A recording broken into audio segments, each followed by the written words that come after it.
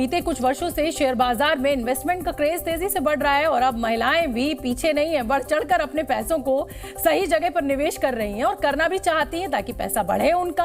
खासतौर पर युवा महिलाओं में निवेश का ट्रेंड खूब देखा जा रहा है। वैसे भी पैसे के मामले में महिलाओं को अच्छा मैनेजर माना जाता है क्योंकि वो अपने पैसों को बेहद सोच समझ कर खर्च करती हैं और बचत पर भी ध्यान देती हैं। आप जानते हैं कि वित्त मंत्री भी महिला ही है। एसोसिएशन ऑफ म्यूचुअल फंड्स की ताजा रिपोर्ट बताती है कि म्यूचुअल फंड्स में महिला निवेशकों की हिस्सेदारी तेजी से बढ़ी है। इस रिपोर्ट के मुताबिक बीते 6 वर्षों में म्यूचुअल फंड्स में महिला निवेशकों की हिस्सेदारी 6% तक बढ़ी है। 2017 में म्यूचुअल फंड्स के कुल निवेशकों में महिलाओं की हिस्सेदारी 15% थी, जो 2023 में बढ़कर अब 21% हो चुकी है, यानी कुल मिलाकर 6% का इजाफा है। खास बात यह है कि म्यूचुअल फंड्स में पैसे लगाने वाले कुल महिलाओं में आधी से ज्यादा की उम्र 25 से 45 साल के बीच है, यानी युवा और नौकरी पेशा महिलाएं म्यूचुअल फंड्स में जमकर निवेश कर रही हैं। महिला निवेशकों की सबसे ज्यादा तादाद गोवा में है। आंकड़ों के मुताबिक गोवा के कुल निवेशकों में महिलाओं की हिस्सेदारी 40% है। पूर्वोत्तर राज्यों की महिलाओं को म्यूचुअल फंड्स खूब पसंद आ रहा है।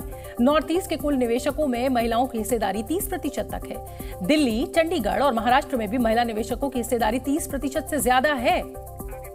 आगे बढ़ेंगे, अगली खबर का रुख करेंगे। देश का नाम रोशन करने वाली, देश का मान सम्मान दुनिया में बढ़ाने वाली महिलाओं में एक नाम शामिल है रिदम सांगवान का। जी हां, रिदम सांगवान वो महिला निशानेबाज हैं जिन्होंने एशियन गेम्स 2023 में भारत को गोल्ड मेडल दिलाया। रिदम से उनके सफर पर बात की हमारी सहयोगी प्रिया सिंह ने। सुनिए आप रिदम को।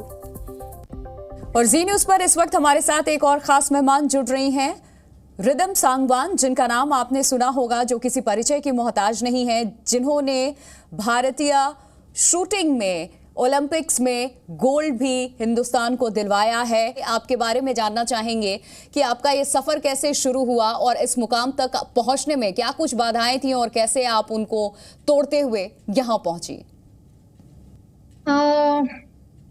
मैम, वैसे तो मैंने इससे पहले जब मैंने अपने करियर की शुरुआत की, उससे पहले मैंने कभी शूटिंग गेम का नाम नहीं सुना था।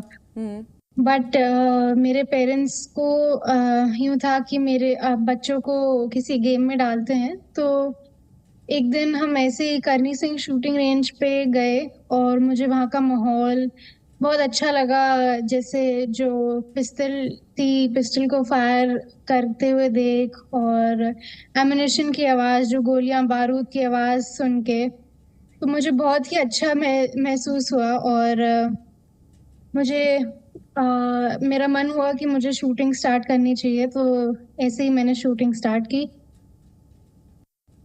आपके बारे में जितना मैं जानती हूँ और उसमें ये चीज़ भी है कि आपने भारत को शूटिंग में ओलंपिक का 16वां कोटा भी दिलवाया है और अब तक इतने ज़्यादा प्लेयर्स ने कभी क्वालिफाई भी नहीं किया था जो इस बार हम देखने को हमें मिल रहा है।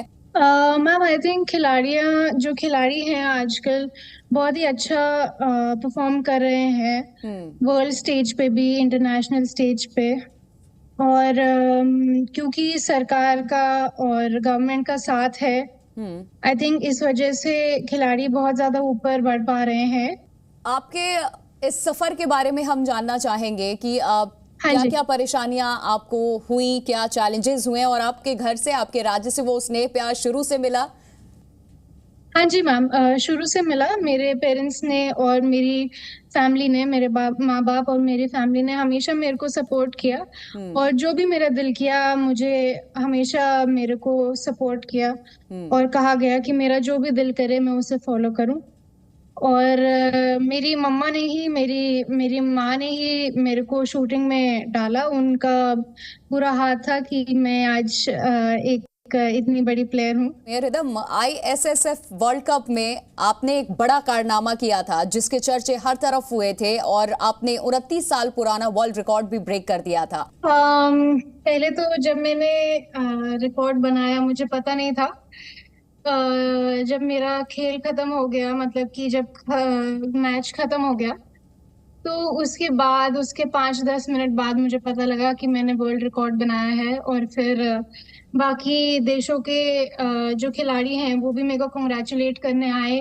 आगे अभी आपको जीवन में क्या करना है? अपने आप को आगे आप कहाँ देखती हैं?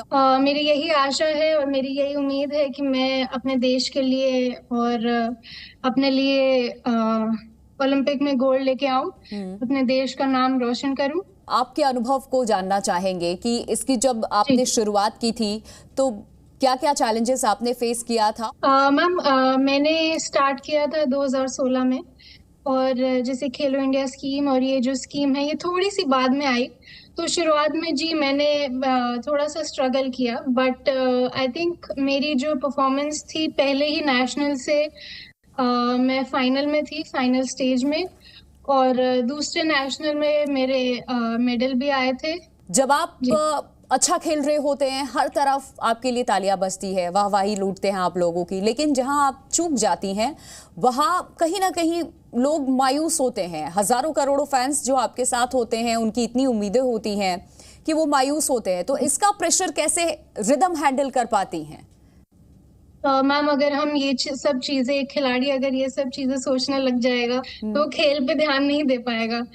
तो ये सब चीजें ना सोचकर एक खिलाड़ी को सिर्फ अपने खेल पे ध्यान देना चाहिए। चलिए, बहुत बहुत शुक्रिया रिदम आपका जी न्यूज़ से बातचीत करने के लिए, और बहुत सारी शुभकामनाएं आपको। आगे इम्तिहान जो है वो बहुत कड़ा है ओलंपिक्स के लिए। बहुत सारी शुभकामनाएं आपको और शुक्रिया आपका हमसे जुड़ने के लिए। शुक्रिया मैम। जी न्यूज़।